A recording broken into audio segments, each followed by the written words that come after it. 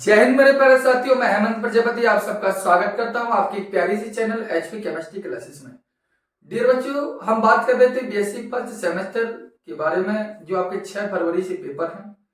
अभी कुछ कारणों की वजह से आपका लेक्चर हो नहीं पाया था, इसके लिए हम क्षमा चाहते हैं, क्योंकि 12th बोर्ड के एग्जामिनर आज गए थे, 2 दिन यहीं रुके थे और कहने का मतलब है कि प्रैक्टिकल उनके थे, इसलिए यहाँ आपकी वीडियो रिकॉर्डेड नहीं हो पाई, ना पहुंच पाई। लेकिन डियर, आप विश्वास करते हैं तो आप ध्यान देना, आज की ये वीडियो आपके लिए बहुत ही ज्यादा इंपॉर्टेंट होगी। अभी तक बेसिक मैं 2-3 लेक्चर आपको अपलोड कर भी चुका हूं, तो उनको आप देखिए। यह लेक्चर क्लास 11th के बच्चे यदि देख रहे हो तो वो भी सुटेबल रहे, अच्छा सा देखें, फीलिंग अच्छी आएगी। और यह वो लेक्चर रहेगा जिसके लिए आपके नंबर निश्चित रूप से इसमें आएंगे ही आएंगे।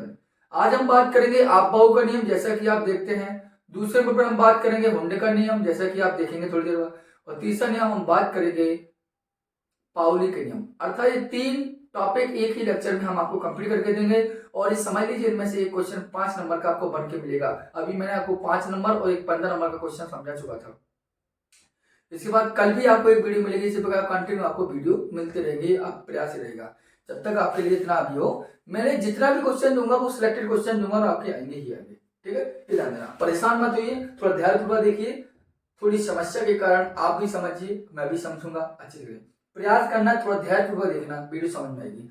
मैंने आपको थ्योरी लिखी है, थ्योरी लिखने का केवल कारण इतना है कि समय आपका बचे। मेरा तो क्या, मैंने तो लिखा भी, पहले लिखना था मुझे तो बाद में लिख दिया मैंने। समय तो उतना ही लगेगा मुझे तो, बट आपका समय बच जाएगा, वीडियो आप देखेंगे। देखिए, मैंने यहाँ सबसे पहले बात की है आप बाहु का नाम। आप बाहु है क्या? आप बाहु एक जर्मन लैंग्वेज का एक वर्ड है। आप बाहु क्या है? जर्मन लैंग्वेज का एक वर्ड है, जर्मन भाषा का एक शब्द है, जिसका अर्थ होता है किसी चीज का निर्माण करना, किसी चीज का रचना करना या किसी चीज का बनाना होता है। अरे बनाना क्या चाहता है सर?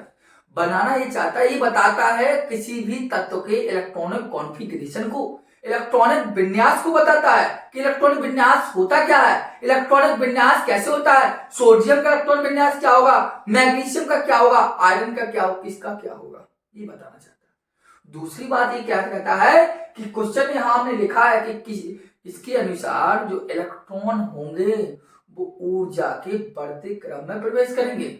इलेक्ट्रॉन लिखा ना, किसी भी परमाणु में उपस्थित विभिन्न कक्षकों में इलेक्ट्रॉन ऊर्जा के बढ़ते क्रम में प्रवेश करते हैं। यही नियम, ऐसे ही आपको लिखना। इलेक्ट्रॉन क्या होते हैं? ऊर्जा के बढ़ते क्रम में प्रवेश करते हैं। आप भैया हमारी बात को अच्छे से समझने का प्रयास कीजिए। इलेक्ट्रॉन ऊर्जा के बढ़ते क्रम में प्रवेश करेंगे, पहले पता लगा ले हम कक्षकों के बारे में। तो डियर आप ध्यान से सुनना, ध्यान से समझना। ये आपकी भैया एस है, ये भैया आपकी पी है, ये भैया आपकी डी है, ये भैया आपकी एफ है, ठीक है। अरे एस के लिए एक ही कक्षक होती है, पी के लिए डियर आपकी 3 कक्षक होती हैं, डी के लिए आपकी 5 कक्षक होती हैं, आपने पढ़ा हुआ।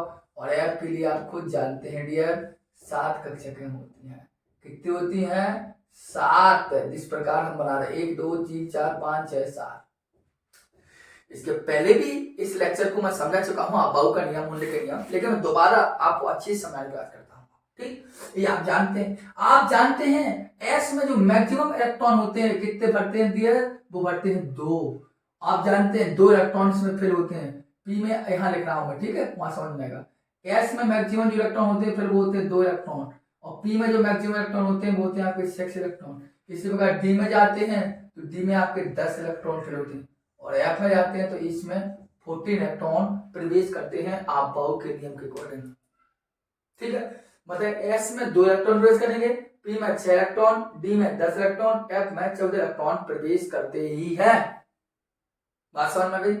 अब हमें जानना है इलेक्ट्रॉन विन्यास होता कैसे है, तो डियर आइए बात करते हैं। तो यहां देख ली, मैंने लिखा एस, मैंने लिखा डियर पी, मैंने लिखा डियर डी, मैंने लिखा डियर एफ। कुछ नहीं करना है आपको, इसको मैंने 1 नंबर दे दिया, इसको मैंने 2 नंबर दे दिया, इसको मैंने 3 नंबर दे दिया, और इसको मैंने 4 नंबर। गौर से ध्यान देना, समझ में आएगा। इसको 1 2 3 4 नंबर दे। अब आपको चलना कैसा है? इस तरफ उल्टा, उल्टा भागना है, कुछ नहीं करना, बिल्कुल सिंपल। देखिए अब आइए कैसे क्या करेंगे, कुछ नहीं होना।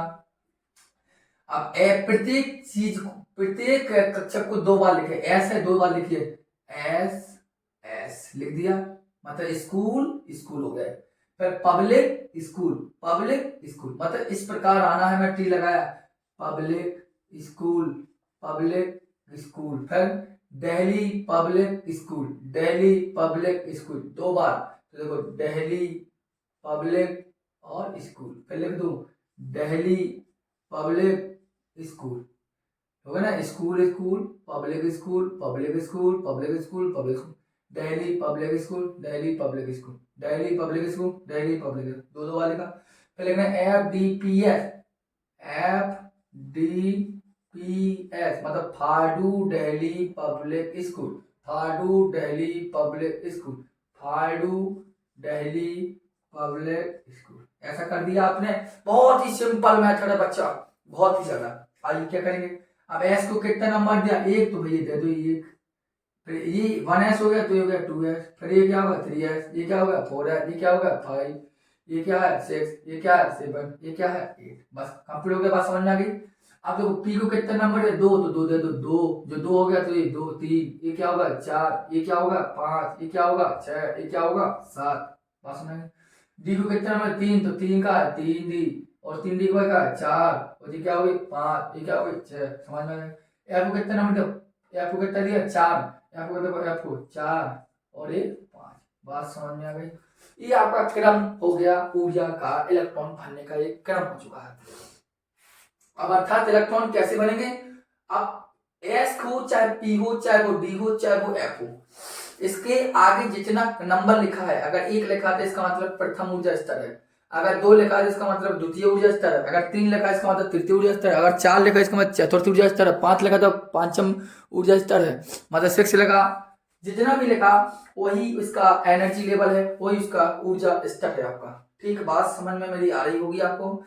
अब यहाँ क्वेश्चन ने कहा था किसी भी परमाणु उपस्थित विभिन्न कक्षों में इलेक्ट्रॉन ऊर्जा के बढ़ते क्रम में प्रवास करेंगे। भाई ये पहले 1 है, तो बाद में 2 आया, फिर 2 आया, फिर 3 आया, फिर 3 आया, फिर मतलब देखिए पहला ऊर्जा स्तर, फिर दूसरा गया, फिर तीसरा गया, फिर चौथा गया, चौथे के बाद फिर तीसरा। कहने का मतलब है नियम ने बताया था कि ऊर्जा इलेक्ट्रॉन है जो ऊर्जा के बढ़ते क्रम में प्रवेश करेंगे, लेकिन हम देख क्या रहे हैं 3p के बाद फिर 4 आई, अर्थात 4s के बाद फिर 3d कक्षा आई। ऐसा क्यों हो गया, मतलब ऊर्जा स्तर तो हमें ऐसा दिखाई दे रहा है यहाँ कि ऊर्जा स्तर हमें ऐसा दिखाई दे रहा है यहाँ कि ऊर्जा स्तर हमें ऐसा दिखाई दे रहा है यहाँ कि घट रहा है। क्या हो रहा है डियर, घट रहा है। 4s के बाद 3d घट गया। अब देखिए 5s, 5 के बाद फिर 4 आ गया, अर्थात 5s का 4 है।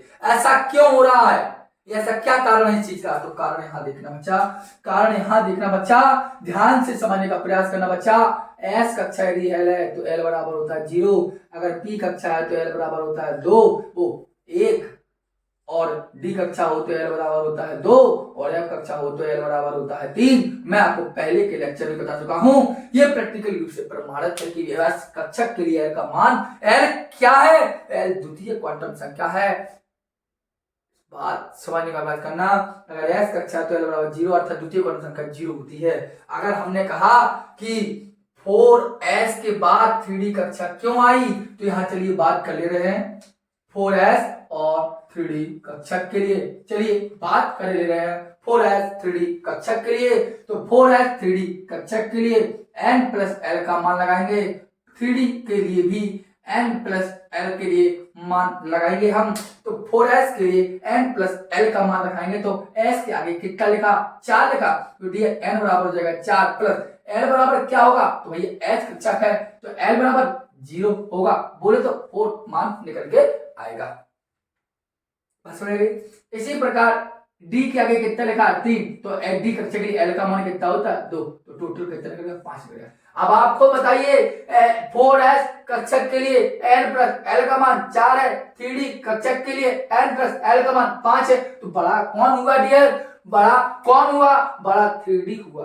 बड़ा क्या हुआ 3d, बड़ा कौन हुआ 3d, तो भैया पहले 3d तो आएगी ही, इसलिए वो हाँ पहले बात बड़ा कौन है 3d, तो भैया ये तो छोटा है, छोटा को आगे लगाएंगे, बड़े को बाद पीछे लगाएंगे। बात समझ गई, यही एनर्जी लेवल है। तो सबसे पहले ये छोटा है फिर ये बड़ा है, देखने में ही लग रहा है कि बोले को छोट देखने में छोटो लगे घाव करे कभी, जो छोटो है देखे में छोटा जो है कि ये इसका मान कितना है 5, तो ये पीछे आएगा, ये छोटा है। इसी प्रकार 5s के बाद 4d आया है। कभी भी क्वेश्चन आपके एग्जाम में भी आ सकता है कि 3d के 4s के बाद 3d कक्षा क्यों रखी गई है, इतनी बात समझ आ गई। अर्थात यदि हम इलेक्ट्रॉनों को भरेंगे तो पहले 1s में भरेंगे, फिर 2s में, फिर 2p में, फिर 3s में, 3p में, 4s में। इस समझ में बात मेरी आ रही। इस प्रकार हम कक्षकों को भरते जाएंगे। चलिए एग्जाम्पल को और हम देख लेना चाहिए। चलिए सपोज दैट हमने एग्जाम्पल को देखा, तो एग्जाम्पल लिया सोडियम का सबसे पहले, फिर हमने सपोज दैट फास्फोरस का एग्जाम्पल लिया, सपोज दैट हमने आयरन का एग्जाम्पल लिया। ठीक है, सोडियम का एग्जाम्पल 11 एटॉमिक नंबर, इसका 15 atomic number and 26 atomic number. बात समझ आ रही। सोडियम का एटॉमिक नंबर की कोऑर्डिनेट इलेक्ट्रॉन रहते हैं, तो Na के पास कितना इलेक्ट्रॉन है। अरे अपने इतना छोटी छोटी चीजें थोड़ी बताऊंगा, आपको तो पता भी होगा सर। सोडियम का परमाणु क्रमांक कितना है 11, तो भैया 11 को भरना पड़ता, सबसे पहले 1s आएगा, तो उठा लीजिए 1, उठा लिया क्या 1s। अब s में कितना जाता है, s में कितना जाता है 2, आपको कितने पास है, आपके पास 11, तो 2 भर दीजिए, फिर क्या आएगा 2s, फिर क्या आएगा 2s। s में कितना जाता है 2, आपके पास कितना है 11 था, कितना दे दिया 2, कितना बचा 9, समझ 2, फिर कितना है 2p, फिर कितना आएगा 2p, p में कितना जाता है 6, आपके पास कितना है 11 था, कितना दे दिया 2 2 4, आगे बचा है अर्थात 6, फिर आएगा 3s। बात समझ आई। इधर फास्ट कर लीजिए 1s2 2s2 2p6 3s2 3p6, 6 देखो 6 2 8 10 2 12 और 6 18 9 3 हुआ, 3 2 5 5 6 5 11 12 13 14 15। आना कर लीजिए 1s2 इधर से चलना है, कहा देना 2s2 2p6 3s2 3p6 4s2 and 3d6, ये हो जाएगा आपका। इस प्रकार आप पाऊ का नियम आपको एग्जाम्पल सहित आपको बोर्ड में लिखना है। ठीक है, इतनी बात आपको समझ में आ गई, समझ में आ गई। इसको आप लिख लीजिए, नोट कर लीजिए, क्योंकि ऐसे ही आपको लिखना है एग्जाम में। चलिए अब बात अगले पॉइंट पर की रहे हम, हुंड का उच्चतम बहुलता का नियम या हुंड का नियम। ठीक है, तो हुंड का नियम क्या है, यहाँ पर भाषा लिखी है आपके सामने, जिसे आप नोट कर सको, या कुछ अनुप्रयोग लिखूंगा वो भी आप ध्यान देना। हुंड का नियम होता क्या है, या क्या कहलाता है हुंड का नियम, या हुंड साइंटिस्ट हमको बताना क्या चाहता है। हुंड क्या कहता है कि ऐसा समझ लीजिए, आपने देखा होगा विवाह शादी वगैरह में जहां पर बैठकर खाना खेलता है, तो उस समय आपने क्या देखा है कि सभी लाइन में बैठे होंगे, और जब पत्तल डली होगी, थाली मिली होगी, उस थाली में जो भी पूरी देने आएगा आपको 2 2 पूरी देकर ही जाएगा। कोई ऐसा नहीं होगा कि किसी को 3 दिया होगा, सबको 2 2 देके जाता है। फिर क्या होता है, जब आप सबको 2 2 दे दी जाए, इसके बाद वो आपके पास फिर आएगा, तो फिर आपको 2 2 देके जाएगा, फिर या 3 देके जाएगा या 1 देके जाएगा। अर्थात आपने देखा होगा कि सबसे पहले जो आपको भोजन जब खिलाया जाएगा, तो सबसे पहले आपको केवल नियम यही है कि 2 पूरी आपकी थाली में रखेगा ही रखेगा। इसके बाद आपको 2 पूरी के बाद और चाहिए तो भी देगा, नहीं तो सबसे पहले सबको 2 2 दे जाए, इसके बाद आपको फिर 1 भी दे सकता है, 3 भी दे सकता है, जितना आप मांगो दे सकता है। मतलब यही होने कहता है कि पहले प्रत्येक कक्षा में 1 1 इलेक्ट्रॉन रखिए आप, अर्थात पहले सभी को 2 2 पूरी दीजिए आप, अर्थात प्रत्येक कक्षा में पहले 1 1 इलेक्ट्रॉन रखिए आप, फिर तीसरी पूरी दीजिए, अर्थात फिर अगला इलेक्ट्रॉन भरिए। मतलब विभिन्न कक्षकों में इलेक्ट्रॉन जब तक युग्मित नहीं होते, अर्थात जब तक इलेक्ट्रॉन जोड़ा नहीं बनाएगा, जब तक कि 1 1 इलेक्ट्रॉन प्रवेश ना कर जाए। अर्थात इलेक्ट्रॉन भरने का क्रम होगा, एक होता है आपका क्लॉकवाइज इस प्रकार, और एक होता है एंटी क्लॉकवाइज इस प्रकार, या आप इस प्रकार क्लॉकवाइज ऐसा कर दीजिए, एंटी क्लॉकवाइज नीचे इस प्रकार, कोई भी आप तरीका ले सकते हैं। तो यही आपका हुंड का नियम कहता है कि किसी भी उपकोष में, चाहे वो S हो, चाहे वो P हो, चाहे वो D हो, चाहे वो F हो, कोई भी उपकोष हो, उसमें समान ऊर्जा वाले विभिन्न कक्षकों में इलेक्ट्रॉन जब तक नहीं होते, जब तक कि उस उपकोष में 1 इलेक्ट्रॉन प्रवेश नहीं कर जाता। जब तक नहीं मिलेंगी अगली पूरी, जब तक एक एक थ्री मिल जाए। जैसे हमने आपको पहले भी कहा कि जो एस होता है उसमें केवल केवल एक ही समान ऊर्जा वाली कक्षक होती है। पी जो होती है उसमें समान ऊर्जा वाली 3 कक्षकें होती हैं। पहले भी समझ चुका हूं, लेक्चर अपलोड हो चुका है। एसपीडीएफ की आकृति ध्यान देना। और अब बी में आप जानते हैं कि समान ऊर्जा वाली 5 कक्षकें होती हैं, 1 2 3 4 5। और एफ में आपके समान ऊर्जा वाली 7 कक्षकें बताई थी मैंने, 1 2 3 4 5 6 7। आपको इस पहले से पता है।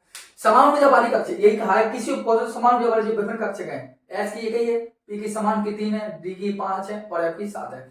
इनमें अगर इलेक्ट्रॉन जाएगा तो तब तक योगपत नहीं होगा, अर्थात इसमें इलेक्ट्रॉन इस प्रकार एक डब्बे में तब तक बंद नहीं होगा जब तक इस समय एक न जाए। आपने क्लास 11th में भी पढ़ा है। जैसे एग्जांपल बता दूं, जैसे एग्जांपल दिया, बिल्कुल सिंपल सा है, आपका कंप्लीट होने वाला है, परेशान ना हो। जैसे हमने कहा फॉस्फोरस में,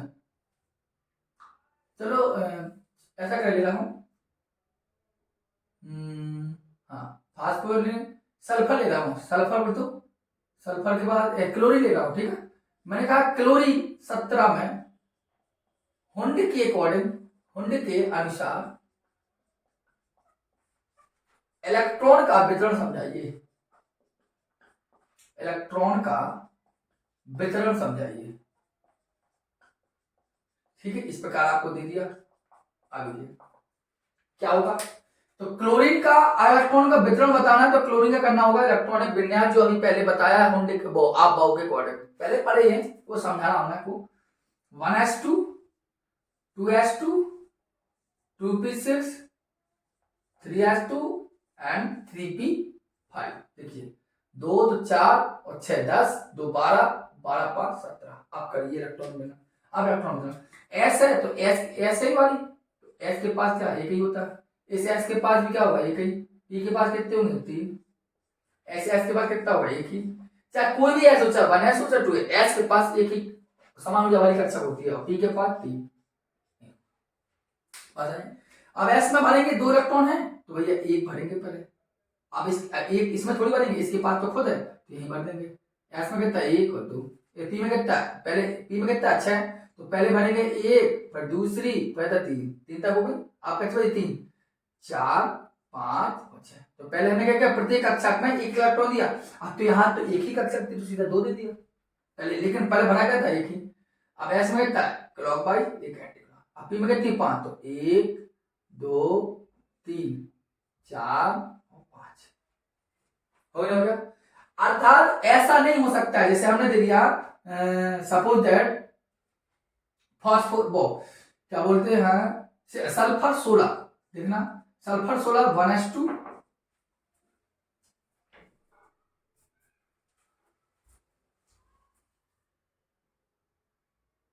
चलिए थोड़ा डिस्टर्ब हुआ था, लगा कोई आया हो।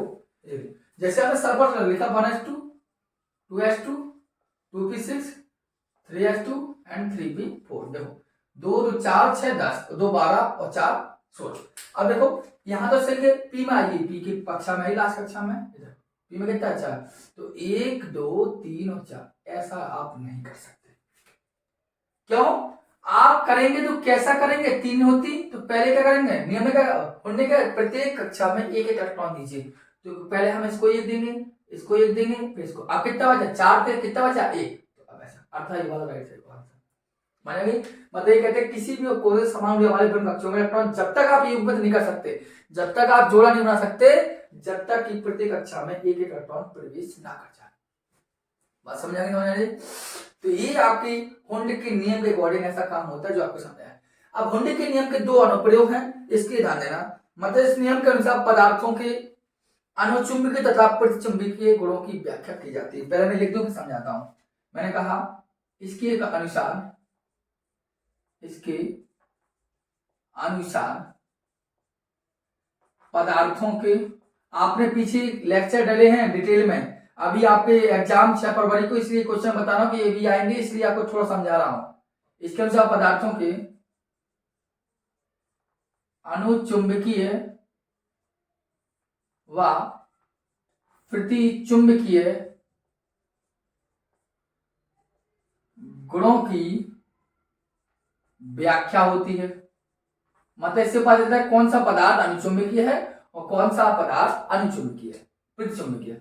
और दूसरा क्या है, पीडीएफ में मतलब जो एसपीडीएफ कक्षा होती हैं उस पीडीएफ में मतलब एस पी डी एफ उपकोष में इलेक्ट्रॉनों का वितरण होता है। इसके अकॉर्डिंग इलेक्ट्रॉन का क्या होता है, इलेक्ट्रॉन का वितरण। इस बात है मतलब हुंड के दो नियम हैं कि इसके अकॉर्डिंग हम किसी पदार्थ के अनुचुंबकीय प्रकृति और प्रतिचुंबकीय प्रकृति के बारे में जान सकते हैं। और पीडीएफ या एसपीडीएफ उपकोष में इलेक्ट्रॉनों का वितरण भी हुंड के अकॉर्डिंग होता है। अब क्या हो सकती अनुचुंबकीय क्या प्रतिचुंबकीय।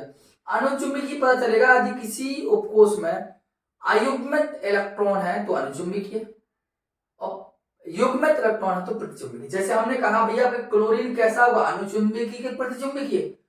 तो अनुचुंबकीय पता लगाना तो अयुग्मित इलेक्ट्रॉन देखिए, तो यहाँ पर युग्मित, यहाँ युग्मित, यहाँ युग्मित, यहाँ युग्मित, जीबी युग्मित, जीबी। यहाँ देखो इसका जोड़ा नहीं बना, इसका मतलब है क्लोरीन में एक अयुग्मित इलेक्ट्रॉन है। क्लोरीन में एक अयुग्मित इलेक्ट्रॉन है क्योंकि इसका जोड़ा नहीं बना है, इसलिए क्लोरीन क्या होगी, अनुचुंबकीय। बात समझ आ रही।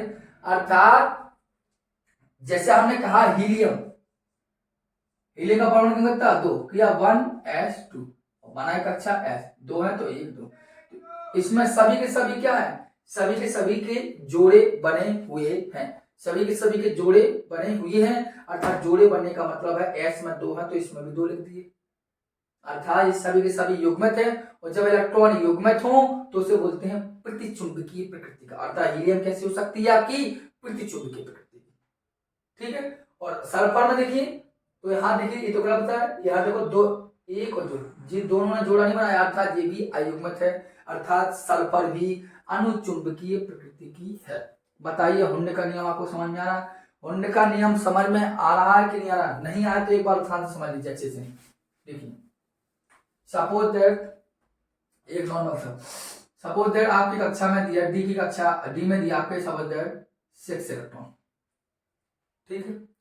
किसी भी तत्व का हमने इलेक्ट्रॉन विन्यास किया हमें मिले डी की कक्षा में 6, तो हमने डी कक्षा में 6 है तो हमने ये डी 5 कक्षा बनाई, 1 2 3 1 2 4 तो है का दिन है 5। ठीक है। तो हमने क्या देखा डी में 6 है तो भैया हम डी में 6 है तो हुंड के अनुसार बनना है, तो हुंड के अनुसार बनेंगे तो भैया 1 2 3 4 5 6। आप ऐसा कभी नहीं भर सकते। क्यों? क्योंकि हुंड कहता है, क्या कहता है कि प्रत्येक कक्षा में एक एक इलेक्ट्रॉन भरिए, प्रत्येक कक्षा में एक एक इलेक्ट्रॉन भरिए। अर्थात पहले इधर 1 दिया तो अगले में 1 दिया, फिर अगले में 1 दिया, फिर अगले में 1 दिया, फिर अब 5 भर चुके सब कक्षा में, प्रत्येक कक्षा में एक एक हो गया। अब कितना बचा 1 2 3 4 5 कितना होता है था कितना 6, बचे कितने 1। तो भैया अब अगली कक्षा में तो ये वाला पॉइंट सही होगा। बताइए हुंड का नियम समझ में आया नहीं समझ में आया? हुंड के अब देखिए इसमें भी जोड़ा नहीं बना, ये भी जोड़ा नहीं बना, ये भी जोड़ा नहीं बना, ये मतलब 4 लोग अयुग्मित है, युग्म नहीं है, अयुग्म है, जोड़ा नहीं बना, अर्थात यह भी अनुचुंबकीय हो जाएगा। जोड़ा बना तो युग्मित और जोड़ा नहीं बना तो अयुग्मित। इसको आप लिख लीजिए, ऐसे ही आपको लिखना है। देखिए हम बार बार आपको कह रहे हैं कि काफी चीजें हमने पहले भी पढ़ा चुकी हैं डिटेल में, आपको ये पेपर के अकॉर्डिंग पढ़ा रहे हैं आप। ठीक है, लिख लीजिए इनको भी, पीछे देख सकते। आइए एक लास्ट नियम और देख लें क्योंकि हमने कहा था हुंड अबाउ पाउली इनकी, तो पाउली का नियम बचा है। पाउली का नियम क्या कहता है, पाउली का अपवर्जन नियम। ये ध्यान देना, आपका ये नंबर क्वेश्चन भी आ सकता है। इनमें से 3 में से एक निश्चित समझ लीजिए। आपके पाउली क्या कहता है, सीधा मान लीजिए पाउली कहता है कोई भी 2 इलेक्ट्रॉन है यदि आपके पास, चाहे वो एस कक्षक में हो, चाहे वो पी कक्षक में हो, चाहे डी कक्षक में, उससे मतलब नहीं होना है। उनका कहने का मतलब है कि किन्हीं भी 2 इलेक्ट्रॉन के लिए, केवल 2, ओनली 1 एंड 2 इलेक्ट्रॉन के लिए चारों क्वांटम संख्याओं के मान समान नहीं हो सकते। अर्थात 4 क्वांटम संख्या कौन कौन होती है आप जानते हैं। एक होती है मुख्य क्वांटम संख्या n, एक होती है दिगंशी क्वांटम संख्या l, एक होती है मैग्नेटिक क्वांटम संख्या अर्थात चुंबकीय क्वांटम संख्या m, एक होती है स्पिन क्वांटम संख्या s। मतलब वे कहते हैं कि किन्हीं दो इलेक्ट्रॉन के लिए चारों क्वांटम संख्याओं के मान समान नहीं हो सकते। अर्थात यदि किन्हीं दो इलेक्ट्रॉन के लिए एन एल एम तक के मान समान हो सकते हैं, परंतु एस का मान समान नहीं होता। इस बात को और आपको ध्यान रखना है। वो कहते हैं किन्हीं भी दो इलेक्ट्रॉनों के लिए चारों क्वांटम संख्या के मान कभी समान नहीं हो सकते। पाउली कहता है अगर हो भी जाए तो एन को हो जाए समान, एल को भी ठीक है बराबर आ जाए, एन एल एम तीन तक हो सका सेम अगर हो इतना, लेकिन एस का मान कभी नहीं होता। क्यों? क्योंकि आप अच्छे से जानते हैं जो एस होती है इसे बोलते हैं चक्रण क्वांटम संख्या, स्पिन क्वांटम। देखो ये मुख्य क्वांटम संख्या, दिगंशी क्वांटम संख्या, चुंबकीय क्वांटम संख्या और स्पिन अर्थात चक्रण क्वांटम संख्या। प्रिंसिपल, एजीमुथुअल, मैग्नेटिक एंड स्पिन ये होते हैं। अब आप कुछ जानते हैं एस चक्रण संख्या मतलब एस के दो मान हो सकते हैं, या तो एस का मान +1/2 हो सकता है। कब होता है? जब चक्रण ऊपर हो सुई की दिशा में, या एस का मान -1/2 हो सकता है। कब हो सकता है? जब चक्रण नीचे, जो हुंड का नियम मैंने आपको बताया। बात समझ रहे? एस का मान या तो +1/2 हो सकता इस प्रकार रूप में, या एस का मान -1/2 से इस प्रकार के रूप में। इस बात को आप पता है, बात समझ में समझिए। अब आइए बात अच्छे से करें कि दो इलेक्ट्रॉन के लिए बात करें क्वांटम संख्या आपने पढ़ी होंगी कक्षा में अपनी, क्योंकि हम नियम समझ रहे। तो देखो हमने सपोज दैट एग्जांपल लिया 2s2 कक्षक की बात करते हैं, 2s कक्षक में, ठीक है। इसके लिए अगर n का मान निकालें हम, l का मान निकालें और m का मान निकालें और s का मान निकालें, ठीक है। हम आपको पहले बता चुके n जो है आपकी n ठीक है कोई दिक्कत नहीं। l का मान निकालना तो 0 से n-1 फॉर्मूला होता है, ठीक है। इधर लिख रहा हूं, इधर कौन बन पाएगा वो आपका, इधर लिख रहा हूं, ठीक है। l बराबर 0 सूत्र होगा 0 से n-1 तक, और m का मान होता है -l से +l तक, और nl इसके मान का क्या सूत्र ध्यान रखना है। दूसरी बात आप खुद जानते हैं यदि s कक्षा है तो l बराबर 0 होगा, और p कक्षा है तो l बराबर 1 होगा, d कक्षा है तो l बराबर 2 होगा, और f कक्षा है तो l बराबर 3 होगा। अरे अभी तक रटे ना हुए तो रट लीजिए, याद कर लीजिए, प्रैक्टिकली रूप से प्रमाणित है, बता चुका हूं, बार बार कह रहा हूं, कई बार रिवाइज करवा दिया। आप देखिए 2s कक्षा है, अब s क्या है कितना लिखा 2, तो l बराबर कितना होगा 2, क्योंकि मैंने आपको पहले भी कहा s के आगे 2 लिखा तो 2, p के आगे 2 लिखा तो 2, मतलब s p d f के आगे जितना संख्या है वही होगा l बराबर 2, ठीक है। l बराबर कितना होगा, s कक्षा है तो l बराबर कितना होगा, s कक्षा है तो l बराबर कितना होगा 0, भैया अपने आप 0 होगा। अच्छा तो l बराबर 0 तो भैया m बराबर अपने आप 0, देखो m बराबर, क्योंकि l सूत्र होता है बराबर -l से +l, भैया जब l बराबर 0 तो अपने आप 0 हो जाएगा, और s बराबर क्या होगा, तो भैया s कक्षा में कितना होता है, एक डब्बा, 2 इलेक्ट्रॉन है तो भैया ऊपर नीचे। अगर इस इलेक्ट्रॉन के लिए आप देखते हैं तो +1/2, अगर इस इलेक्ट्रॉन देखते हैं तो आपका -1/2, अर्थात आप देखिए केवल 2 इलेक्ट्रॉन आपके समान हैं, 2 ठैया मान समान है एल के और एम के, बाकी किसी के मान समान नहीं है। यही कहलाता है पाउली का अपवर्जन नियम। क्या कहलाता है ये है, यह कहलाता है पाउली का अपवर्जन नियम। बात थोड़ी समझ आई है, मतलब सीधी सीधी बात है कि यदि आप पाउली का नियम लिखेंगे तो आपको इतना लिखना पड़ेगा जितना मैं लिखा, और एक जैसा एग्जाम्पल देना होगा, ठीक है। अगर नहीं समझ में आई तो एक और बात कर ले रहा हूं, चलिए आगे देखो, मैं यहां बात कर ले रहा हूं। मैंने सपोज दैट 3p कक्षक के लिए बात की, 3p1 कक्षक के लिए, ठीक है, 3p1 कक्षक के लिए, तो हमने कहा n का मान होता है यहाँ पर, l का मान होता है ये, और m के मान होता है ये, और s का मान होता है, ठीक हो जाएगा। तो पी के आगे कितना लिखा, पी के आगे कितना 3, तो एम बराबर कितना होगा 3, एल बराबर कितना हो जाए पी कक्षक के लिए एल बराबर 1, तो पी कक्षक के लिए बराबर कितना 1, तो एम बराबर क्या हो जाएगा, एम बराबर आपको पता माइनस एल से प्लस एल, तो -1 और ये होगा +1, और -1 से माइनस एल से प्लस एल, तो -1 से +1, क्या है इसके बीच में 0, तो -1 0 +1, बस आ गई। अब एस कक्षक के लिए निकालना है, क्या निकालना है सर, एस कक्षक एस मतलब चक्र में क्वांटम संख्या का मान निकालना है, तो कौन सा कक्षा पी, तो पी है, तो भैया आइए पी आई तो अलग दिया, पी कितना है, पी लिख दिया कितना इलेक्ट्रॉन 1, तो भैया रख दिया ओनली कैंसिल 1 है।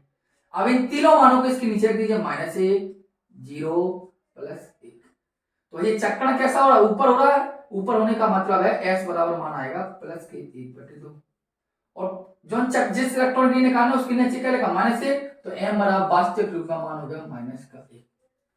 अगर हम इसके आगे रखते तो ये एल का मान रखते 0, तो 0 तो नहीं करने, तो अपने आप 0, तो m बराबर कितना का -1, m बराबर ये m के -1 0 +1 एक संभावित मान है कि ये भी हो सकता है, ये भी हो सकता है, लेकिन एग्जैक्टली मान पता चलेगा जब s का आप निकालोगे। भैया s के लिए जो वाला इलेक्ट्रॉन वाली कक्षक में, तो ये नीचे कितना -1 m बराबर -1 का, और ऊपर चक्कर आया तो प्लस का 1/2। बताइए n बराबर 3 है, l बराबर 1 है, और m बराबर -1 का, s बराबर समान है, यही तो वो कहता है। पाउली कहता है किसी भी कोष बनकर किसी परमाणु में किन्हीं दो इलेक्ट्रॉनों के लिए चारों क्वांटम संख्याओं के मान समान नहीं हो सकते, अर्थात यदि किन्हीं दो इलेक्ट्रॉनों के लिए NLM के मान समान हो सकते हैं, परंतु S का मान कभी समान नहीं होता। क्यों नहीं होता, क्योंकि S ऊपर चक्कर तो प्लस, नीचे चक्कर तो -1/2 होगा। बताइए समस्या है, कोई समस्या?